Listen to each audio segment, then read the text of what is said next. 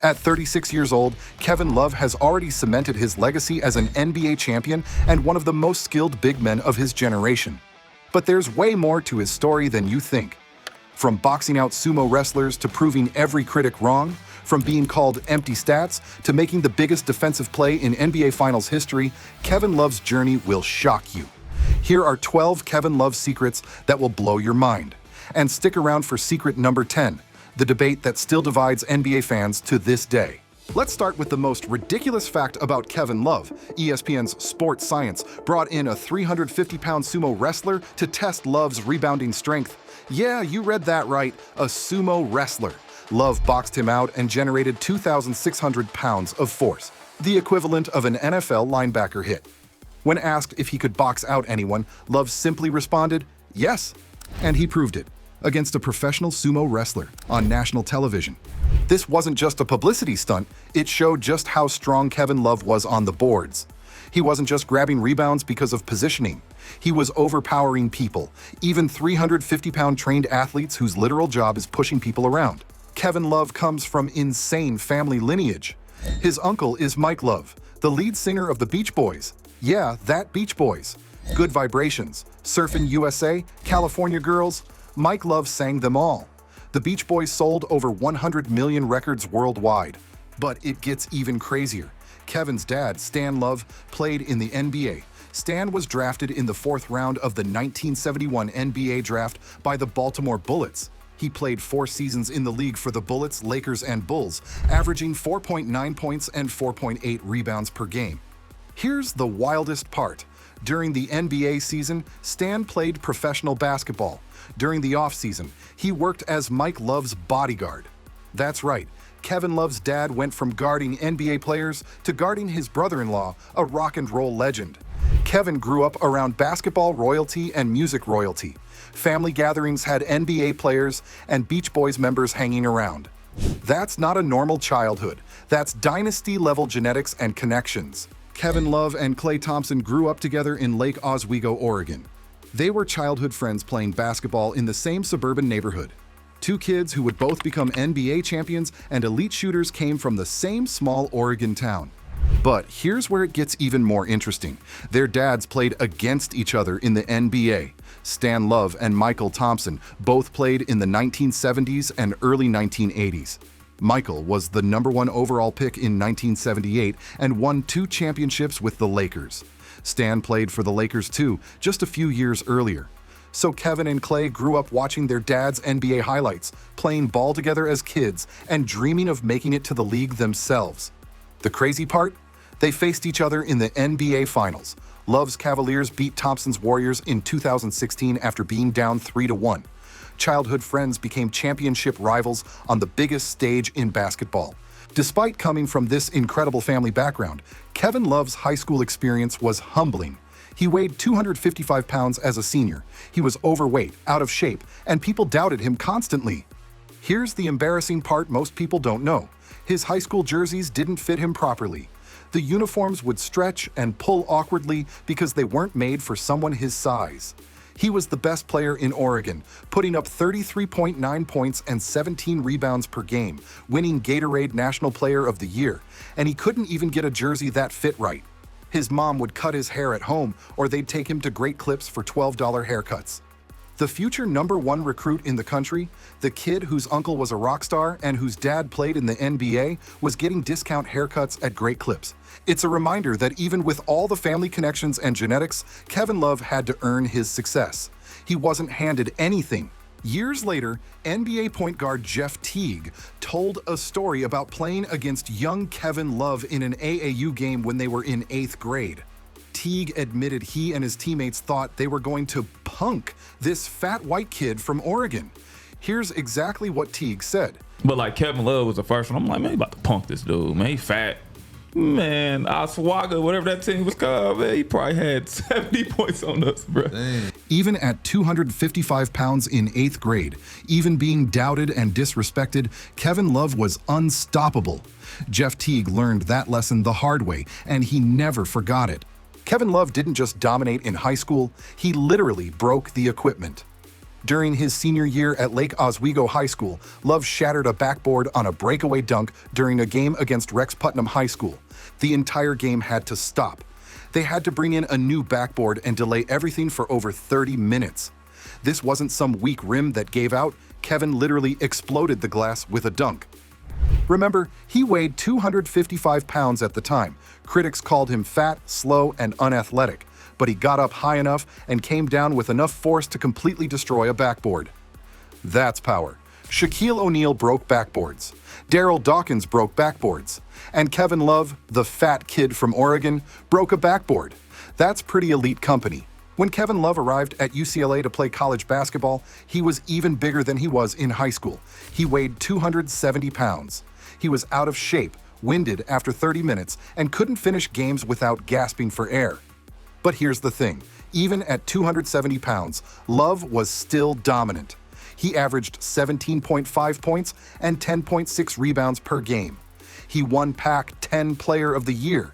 He made first-team All-American. He recorded 23 double-doubles in just one season.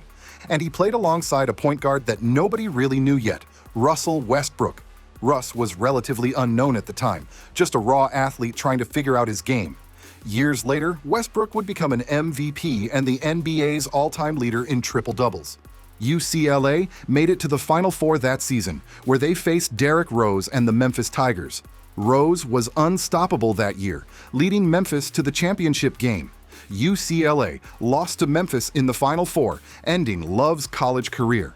2 future MVPs, Rose and Westbrook, and 1 future NBA champion, Love, all in the same Final Four. But wait until you hear what happened on draft night. Kevin Love was picked 5th by the Memphis Grizzlies, then immediately traded to Minnesota for O.J. Mayo, who went 3rd.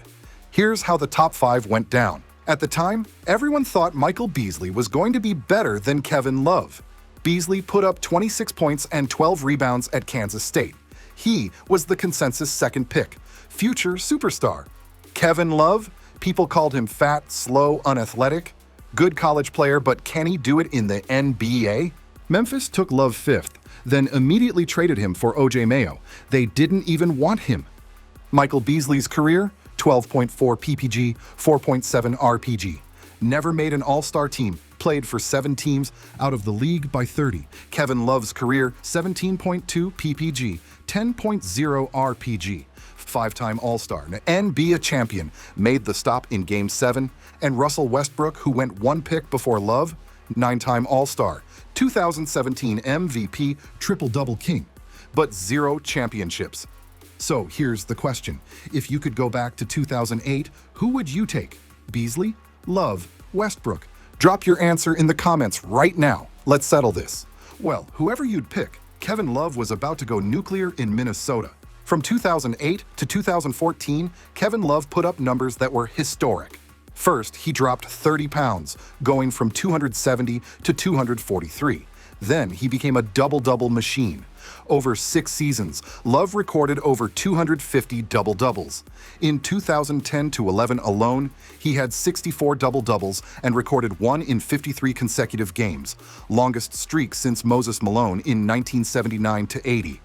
Then came the legendary 30-30 game. November 12th, 2010 against the Knicks. 31 points, 31 rebounds. First player since Moses Malone in 1982. A 28-year drought broken. The Wolves were down 21, and Love grabbed 15 rebounds in 1 quarter. In 2014, Love recorded 2 triple-doubles, 37-12-10 against Utah and 33-13-10 against Phoenix. Career high, 51 points, 14 rebounds against Sacramento in double OT. He went 7 of 11 from 3. And the most insane stat, 2013-14 season, Kevin Love became the first player in NBA history to record 2,000 points, 900 rebounds, and 100 threes in one season. Not Wilt, not Kareem, not Bird, not Jordan, not LeBron. Kevin Love was first. He averaged 26.1 points, 12.5 rebounds, 4.4 assists, finished 6th in MVP voting. But critics would say these numbers meant nothing. While Kevin Love was putting up insane numbers, critics were destroying him. Empty stats. Good stats, bad team guy. He'll never win. Blake Griffin is way better. The Timberwolves went 68 and 178 during Love's first 3 seasons, never won more than 40 games, 6 years, 0 playoff appearances. Meanwhile, Blake Griffin and the Clippers were in the playoffs every year. Lob City was must-see TV. Griffin was on billboards, dunking on everybody. Stephen A. Smith said it. Kevin Love is a great fantasy player. But can he win? Skip Bayless. I don't think Kevin Love is a winning player. And they had a point, 68 to 178, 0 playoff games. So the question, were they right? Was Kevin Love just empty stats? Here's the thing, Michael Jordan couldn't win alone. LeBron couldn't, nobody can. Kevin Love was stuck on a terrible team with no help, but the basketball world had decided he was soft, empty stats, and would never win. Well, Kevin Love was about to prove every single one of them wrong. In 2014, Kevin Love joined LeBron and Kyrie in Cleveland. His stats dropped from 26.1 points a game to 16.4, from 12.5 rebounds a game to 9.7, first option to third option. LeBron subtweeted him, "Stop trying to fit out and just fit in." But in 2016, it became worth it. Finals against the 73-9 Warriors, down 3-1. No team had ever come back. We were in Oakland. We went to their practice facility, the Golden State Warriors, and it was the one Klay, Thompson started talking about how we were better than the Showtime Lakers. So we're going over the Bay Bridge, and that commentary is just still picking up. It's on Twitter, it's on Instagram, it's on all these social platforms. And that's when Bron just said, he looked around and goes, "You know what, guys? It's written. We're going to win tomorrow night. We're going to have a huge game. It's going to be tough. Yeah. It's going to come down to the last few minutes. We're not losing at home. Game 7, anything can happen." That's how it played out. It's crazy. It still gives me chills thinking about it. Kevin Love studied hours of Steph Curry film, watched every move, every tendency. Final minute, Cavs up 92-89. Warriors get Curry isolated on Love, the greatest shooter ever, versus the guy everyone called soft. Everyone knew Curry was scoring. Curry dribbled, crossed, created space, fadeaway 3. Love stayed in front. Hand up, perfect contest. Curry missed. The biggest defensive stop of the entire NBA season, LeBron James. Seconds later, LeBron's chase down block on Iguodala. Cavaliers won 93-89, Cleveland's first championship in 52 years. Kevin Love, the empty stats guy, the soft guy, the guy who couldn't defend, made the biggest defensive play of the decade. He gave up everything and got his ring. After Cleveland, Love joined Miami at 34. He wasn't the star, wasn't even a starter, but he brought championship DNA, wisdom, veteran leadership. Then came Utah. Something magical happened. The entire arena erupted. In interviews, you see Love fitting in perfectly with the younger crowd, cracking jokes, mentoring rookies, being the cool uncle everyone wants. Cavaliers rookies. Kevin Love was basically everything for this organization, the veteran leader, the role model. Kevin Love went from fat kid with ill-fitting jerseys to empty stats guy to champion who made the stop to Uncle Kevin Love, the veteran everyone wanted.